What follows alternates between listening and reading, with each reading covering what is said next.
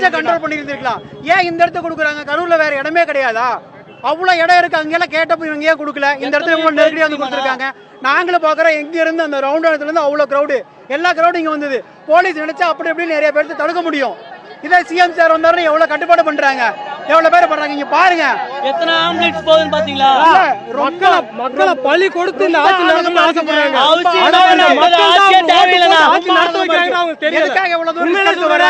அவங்க நினைச்சிருந்தா ஃப்ரீயா இருக்க எத்தனையோ இடத்துல அவங்க கொடுத்துருக்கலாம். ஏன் இங்க கொடுக்குறாங்க? 4 பேர்த்த பலி கொடுத்து நம்ம ஆட்சி வளரணும்னு ஆசைப்பட்டு தான் இந்த ஆட்சி நடத்துறாங்க. அடுத்து என்ன பண்ணுவாங்க? ஆசைப்பட்டு வந்தாரு, என்னைக்கு பலி போடுவாங்க. ஏன் இந்த இடத்துக்கு வேணும்னே திட்டமிட்டு சரினா ஆட்சி போலீஸ் நினைச்சா வர்றாங்க, வரல. அது இவ்வளவு ஒரு கிரௌட வந்து ஈஸியா மக்களோட ஆசை அவங்க நிறைவேத்துறக்காண்டி மக்கள் விரும்புற இடத்தை கொடுத்துருக்கணும்.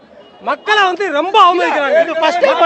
எவ்வளவு பேர் வர்றாங்க, எவ்வளவு கூட்டம் வருது தெரியுதுங்க. என்ன பண்ணுவாங்க? அது வேற, பெரிய இடத்துல பாதுகாப்பு வேலை. ஆனா மக்களை மதிக்கவே மாட்டாங்க இந்த அரசு. பேசுறது கேட்கல, மைக் ஆஃப் பண்ணிட்டாங்க, ஒன்றும் சவுண்டு கேட்கல. ஆனா கும்பல் ஃப்ளோ, குரோடு ஃப்ளோ, குழந்தைங்களாம் ரொம்ப மயக்கம் போட்டு விழுந்துருச்சு. முடியல, பார்க்கவே முடியல, எதுவுமே ரொம்ப கஷ்டமா இருந்துச்சு. குழந்தை கொண்டு எதுக்கு பச்சை குழந்தைகளை கொண்டு வந்துட்டு பாவமா இருக்கு.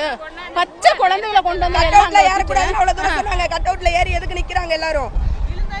யாரோட பேரை கெடுக்கிறதுக்கு, விஜயோட பேரை கெடுக்கிறதுக்காக இது எல்லாமே நடந்தது. கட் அவுட் விழுந்ததுதான் பிரச்சனைங்க சொன்னாரு, அறிவிச்சாங்க. அதே மீறி எதுக்கு குழந்தைங்களை கூட்டிட்டு வந்தாங்க? இது எதிர்கட்சியோட சதிதான், சதிதான், சதிதான். விஜய் பேசுறத கேட்கல, பவர் கட் பண்ணிட்டாங்க. செந்தில் பாலாஜினால பவர் கட் ஆயிருச்சு, அவ்வளவுதான். ஸ்பீக்கர் கட் பண்ணிட்டாங்க.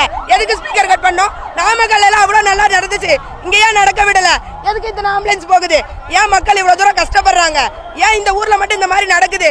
இதுக்கு ஒரு விடிவு காலமே கிடையாதா? 2026 தலைவர் வருவாரு, எல்லாத்துக்கும் பதில் சொல்லுவாரு. அப்ப இருக்கு எல்லாத்துக்குமே. இவ்வளோ ஆம்புலன்ஸ் தேவையே இல்லைங்க. எங்களுக்கு சரியான இடத்த நீங்க கொடுத்துருந்தீங்க அப்படின்னா டிஎம்கே 30 விழா நடத்துனீங்க.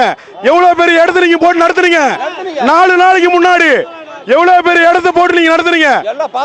ஆனா நீங்க உங்களுடைய ப்ரோகிராம்னா பாதுகாப்பா நடத்துறீங்க. ஆனா எங்க தளபதி வராரு, 4 மாவட்டத்தில் நடத்துற, திருச்சி, திருவாரூர் நடத்துறாரு. இவ்வளவு பெரிய கூட்டம் இருக்குன்னு தெரியும் தானே உங்களுக்கு கவர்மெண்ட்டுக்கு? அதுக்கான இடம் கரூர்ல இல்லவே இல்லையா?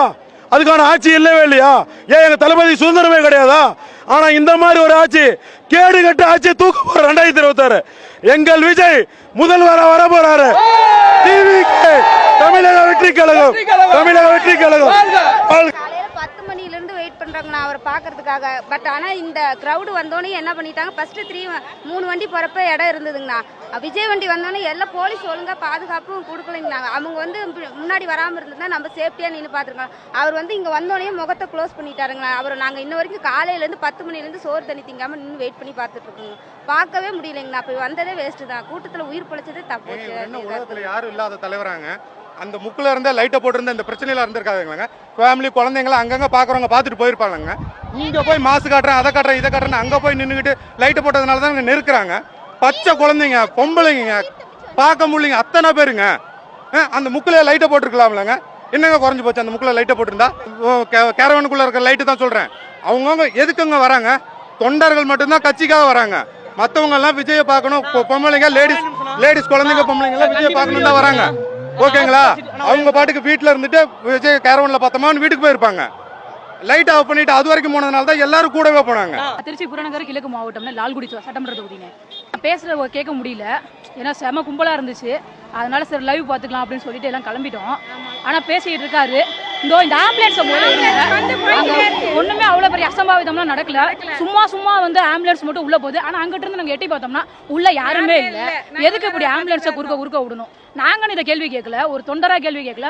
ஒரு பெரிய லேடிஸ் வந்திருக்காங்க, பெரியவங்க வந்திருக்காங்க, அவங்களுமே இந்த கேள்வியை கேட்கறாங்க. யாருமே இல்லையா? எதுக்காக ஆம்புலன்ஸ் இத்தனை வாட்டி போயிட்டு இங்கிட்டு போகுது? இதோட 10 வாட்டி பிரச்சனை, 10 ஆம்புலன்ஸ் போயிடுச்சு. எதுக்கு இவ்வளவு இடையூறு?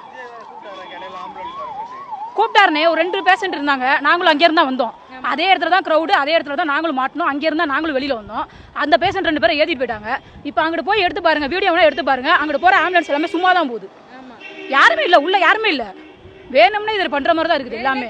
கலைக்கிறோம், மக்கள்கிட்ட வந்து ஒரு பேர் வாங்குறத இது வேணாம், எதுக்கு நாங்க வந்தோம் அப்படின்னு நினைக்கிற அளவுக்கு பண்றாங்க. வேணும்னே கண்டிப்பா வருவாரு. அவரு தானே கண்டிப்பா வருவாரு. இடையூறு பண்ணாலும் கண்டிப்பா தளபதி தான் வருவாரு. பயம்லாம் சொல்றாங்க. எதுக்குண்ணே இவ்வளவு இடையூறு கொடுக்கணும்? பண்ணணும்? அவர் பாட்டுக்கு வராரு, அவர் பாட்டுக்கு பேரணி எடுத்துட்டு போறாரு. எதுக்கு இவ்வளவு பிரச்சனை இது பண்ணணும், பிரச்சனை பண்ணணும்? கண்டிப்பா ஆட்சி அமைப்பாரு. 2026 ஆட்சி அமைப்பாரு. இது அந்த அப்படியே இந்த வீடியோ எடுத்துக்கோங்க. இதெல்லாம் அப்படியே எடுத்துக்கோங்க. எத்தனை ஆம்புலன்ஸ் போகுதுன்னு நீங்களே பாத்துக்கோங்க இதை கண்ணார.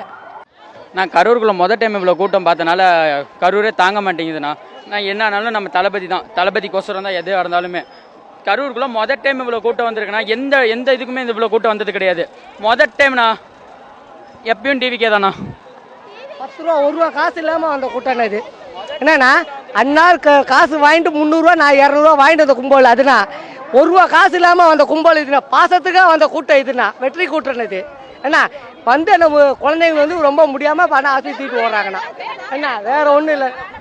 என்னன்னா குழந்தை கொடுத்தா குழந்தைங்க பாசம் தாங்க முடியலண்ணா. சின்ன குழந்தைங்க விஜய் பார்க்கணும் குழந்தைங்க பாசத்தை என்ன வர்றதுண்ணா. ஆனால் விஜய் வாசத்துக்காக அதை குழந்தைங்களுக்காக தான் தூக்கிட்டு வந்ததுண்ணா. ஆனால் இல்லை அதுக்குள்ளே ஸ்பீக்கர் ஒயர்னு அத்து விட்டானுங்கண்ணா. கரண்ட் பறிச்சு ஸ்பீக்கர் ஒயர் ஸ்பீக்கர் ஒயர் அத்துவிட்டா ஃபேனர் கிழிச்சிட்டானுங்க. அதனால் எதுவுமே பேச சுத்தமாக தெரிலண்ணா. ஸ்பீக்கர் ஒயரை கட் பண்ணிட்டானுங்கண்ணா. அதனால் என்ன விஜய் உள்ளே நுழைஞ்சாலும் ஸ்பீக்கர் ஒயர்னு அத்து விட்டானுங்க. சுத்தமாக எதுவுமே கேட்கல. அவர் காரில் ஸ்பீக்கர் ஒயர் மட்டும் தான் பேசுனதை வந்து வெளியே இருக்க ஸ்பீக்கர் இந்த ஃபேனரை சைடில் கீழே கிழிச்சிட்டானுங்கண்ணா. அந்த ஓட்டு விஜய் ஓட்டு. நாங்கள் வெங்கமேட்டில் இருந்து வரோம். ஆமாங்க, விஜய் சாரை பார்த்தோம். ரொம்ப சந்தோஷமாக இருக்குது. ரொம்ப கும்பல் அதிகமாக இருக்குது. ரொம்ப என்னன்னு ரொம்ப ஹாப்பியாக இருக்குது. பார்த்தோம், நல்லா இதாக இருக்குது. கும்பல் ரொம்ப கண்ட்ரோலே பண்ண முடியல, இதாக இருக்கிறாங்க.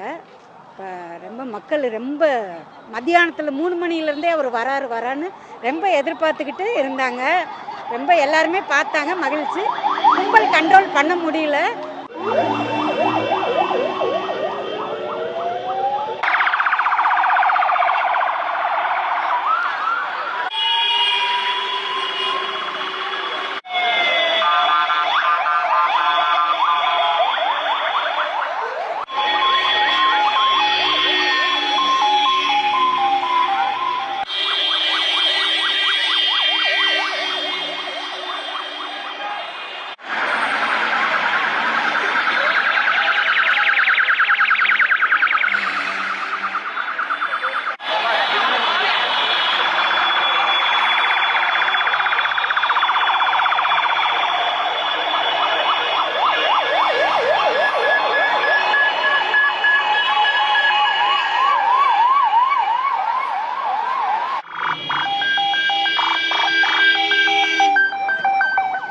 யாருமே இல்லை.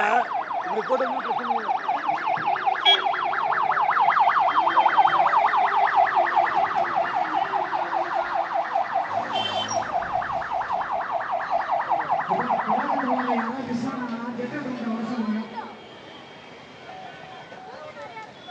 யார் இருக்கு அவங்க அப்படியே போட்டு போறாங்க, அடிச்சு உதைக்கிறாங்க.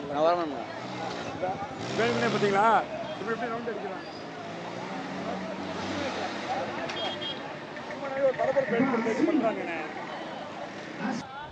கழக தோழர்கள் சாலையில எல்லா பக்கமும் ஓரத்துல ஒதுங்கி நிற்கிறீங்க.